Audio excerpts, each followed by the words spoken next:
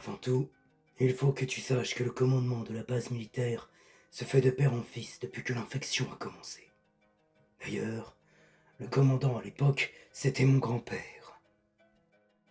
Light écoutait attentivement et silencieusement. Après tout, il savait que le commandant était son frère, donc jusque-là, il n'était pas vraiment surpris, même s'il ne s'attendait pas non plus à une passation de pouvoir du genre. Donc, Julian continua. Au début, la base servait à protéger les citoyens. Mais quand l'humanité s'est retrouvée dominée par le virus, mon grand-père a décidé de prendre les choses en main. C'est-à-dire? Il a mis au travail forcé tous les citoyens valides qu'ils étaient censés protéger. Et s'ils se rebellaient, il les punissait en les mettant au fer ou en les fouettant.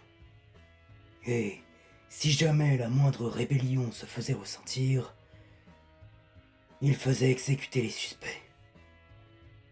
Ah ouais, la vache. Oui. Et ça ne s'est pas vraiment arrangé quand ce fut mon père qui prit les commandes. La seule différence, c'était que mon grand-père envoyait les hommes faire des missions d'extermination d'infectés. Mais la base y perdait des munitions, des hommes et des véhicules. Mon père, lui, a mis fin à ces missions. Il préférait envoyer les hommes récolter des ressources et leur demander de fuir s'ils croisaient des infectés. C'étaient les tout premiers éclaireurs.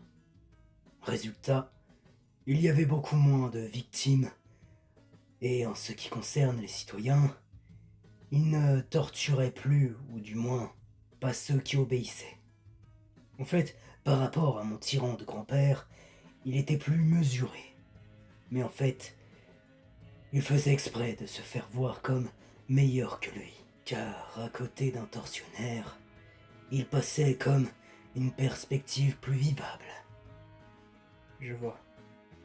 La peste ou le choléra en gros. Voilà. Et ton frère et toi dans cette histoire? J'y viens.